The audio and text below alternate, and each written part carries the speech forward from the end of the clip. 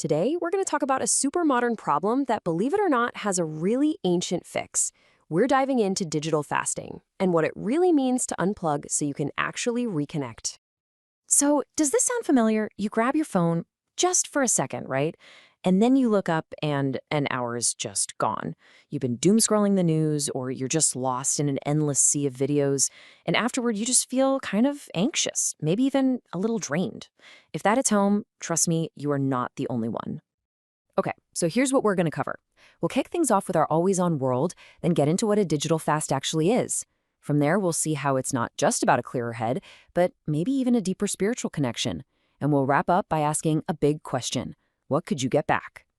All right, section 1. Let's just set the scene here.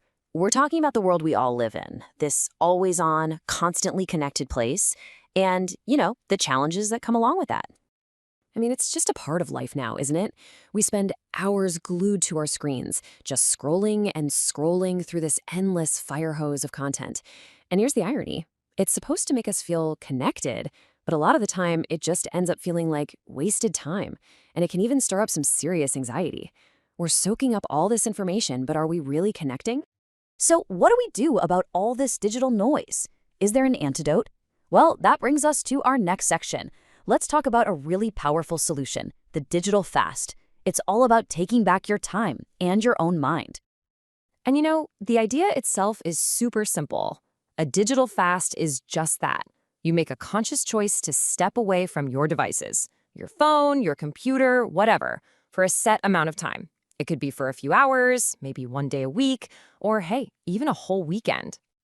And the cool thing is, the benefits can be immediate. And they're totally real. People who actually do this consistently report 3 big wins. First, they feel way less stressed out.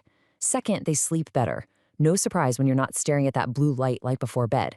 And third, their productivity goes through the roof because suddenly they have all these extra hours for focused work or, real life. And look, this isn't just some passing wellness fad. Professionals are sounding the alarm. Psychologists like Diana Quadros are seeing the damage up close. She actually calls the impact devastating, and she connects it straight to feelings of loneliness and a total disconnection from the world around us. That's heavy.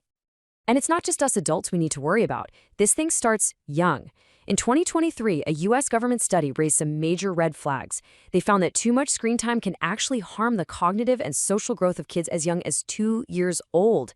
So yeah, this is a huge issue, and it has some really serious consequences down the line. Okay, so we've seen the practical side of things. Less stress, better sleep, that's all great. But what if there's something deeper? Let's get into our next section, because this is where we explore how a clear mind can open the door to spiritual stillness and a real sense of connection. You can really think of it like this, a simple trade. On one hand, you've got all that digital noise, the constant pings, the distractions, the mental clutter.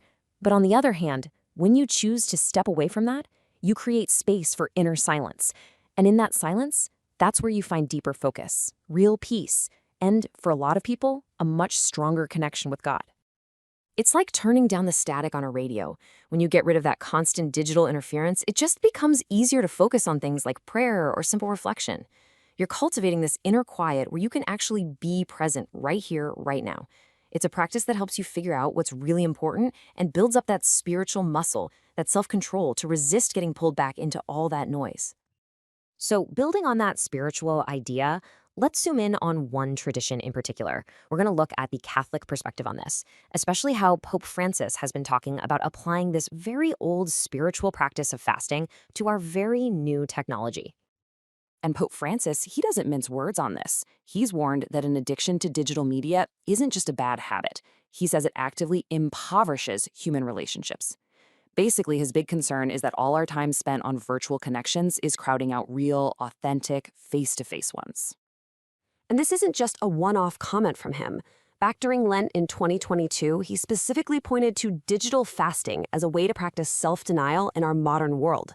And get this, looking forward to the Jubilee year in 2025, the Vatican has said that a digital detox can actually be one of the ways to earn a plenary indulgence. In Catholic teaching, that's a way of dealing with the consequences of sin. So this is definitely a serious current teaching in the Church.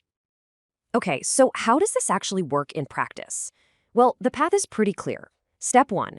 You fast from all those useless digital distractions. Step 2, that time you just got back, it's not supposed to be empty. It's meant to be filled with things like prayer, reading scripture, and the sacraments. And step 3, you take all that reclaimed energy and you point it outward, toward helping others through charity and service. And that's the key, right? This kind of fast isn't really about what you're losing. The whole point is what you gain. The goal is this sense of inner freedom. It's about breaking those dependencies so you can put faith back in the center of your life and build real, authentic connections with other people. When you boil it all down, the goal is to get back to what truly matters. By unplugging, you shift your focus. You start rebuilding real, face-to-face relationships. You strengthen your own spirit. You create that quiet space you need to actually hear God's voice. And you use all that time you've reclaimed to get out there and serve other people. Wow. Okay, we've gone through a lot here, from the science behind it to the spiritual side. So for this last section, let's make it personal. Let's bring it back to you, because this is all about choosing your connections. And if you take away just one thing, let it be this. Digital fasting is not about becoming a hermit or isolating yourself. It's not about losing connection at all. It's about choosing your connections. It's about being intentional about which relationships you want to pour your energy into, with yourself, with the people around you, and with God. So I'll just leave you with this question to chew on.